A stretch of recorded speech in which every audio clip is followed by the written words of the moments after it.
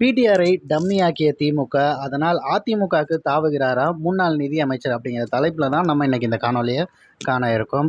நிதியமைச்சராக, அதாவது முன்னாள் நிதியமைச்சராக இருந்த பிடிஆர் அவர்கள் பார்த்தீங்கன்னா, தற்போது அவர் தகவல் தொழில்நுட்பத்துறைக்கு அமைச்சராக மாற்றியிருக்காங்க.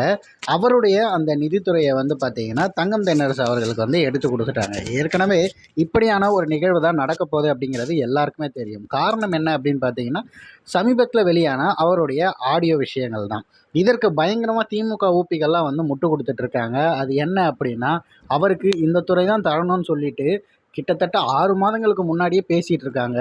அதெல்லாம் ஒன்றுமே தெரியாமல் இன்றைக்கி திடீர்னு பார்த்தீங்கன்னா, இந்த மாதிரி மாற்றியது சரியில்லை அப்படின்னு சொல்லி கட்சிக்குள்ளே நிறைய பேர் பேசுகிறீங்க. அப்படி தயவு செஞ்சு பேசாதீங்க அப்படின்னு சொல்லிட்டு இதற்கும் முட்டு கொடுக்க ஆரம்பிச்சிடுறானுங்க. உடனே கேட்டால் முன்னாடி இருந்த அமைச்சர் பேர்லாம் உங்களுக்கு தெரியுமான்னு கேட்குறாங்க. கேட்ட கேள்விக்கு பதில் சொல்லுங்க. ஆனால் அதை விட்டுட்டு மற்ற விஷயங்களை பேசுகிறதே எப்போவுமே பண்ணுறது தான் இவங்களுடைய வேலையாக இருக்குது. இப்போ சமீபத்தில் ஒரு பயங்கரமான ஒரு விஷயம் நடந்திருக்கு. அது என்ன அப்படின்னு சொல்லி பார்த்தீங்கன்னா, அமைச்சர் ஜெயக்குமார் அவர்கள் அதிமுகவுக்கு கண்டிப்பாக வந்தாலும் வருவார் பிடிஆர். ஏன்னா பிடிஆர் அங்கே தான் டம்மி ஆக்கி வச்சுருக்காங்களே அப்படின்னு சொல்லிட்டு இன்டர்வியூவில் ஒன்று சொல்லியிருக்காருங்க. இந்த ப்ரெஸ் மீட்டில் அவர் சொல்லும் போது எல்லாருமே சிரிக்க செஞ்சாங்க. நாங்கள் யாரையும் வலை வீசி பிடிக்கணும்லாம் இல்லை, ஆனால் எங்களுக்கு தெரிஞ்சு திமுகவில் ஒரு டம்மியாக இருந்தாருக்கு இங்கே வந்துடுறது கரெக்டு தான் அப்படிங்கிற மாதிரி அவரும் பேசியிருக்காரு. ஏன்னா சமீபத்தில் வெளியான ஒரு புகைப்படத்தில் இப்போ யார் யாரெல்லாம் ஈராண்டு சாதனைகள்னு சொல்லி இந்த இலாக்காக்களை மாற்றி வைத்தாங்களோ அதில் எடுத்த ஒரு புகைப்படத்தில் பார்த்திங்கன்னா, பிடிஆர் அவர்கள் பின்னாடி கை கட்டி நிற்கிற மாதிரியான ஒரு புகைப்படம் வெளியாயிருக்கு.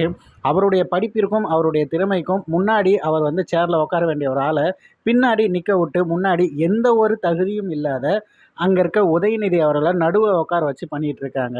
ஸோ குடும்ப அரசியலுக்கு எதிர்ப்பாக யார் வந்தாலும் சரி, அவர்களை எப்படியாவது தள்ளிவிட தான் பார்ப்பாங்க. அதே வகையில் பிடிஆர் அவர்களையும் தள்ளிவிட தான் பார்க்குறாங்க. அதனால் பிடிஆர் அவர்கள் அதிமுகவில் சேருவான்னு சொல்லி ஜெயக்குமார் அவர்களும் சொல்லியிருக்கிறது ஒரு மிகப்பெரிய சர்ச்சையை உருவாக்கியிருக்கு.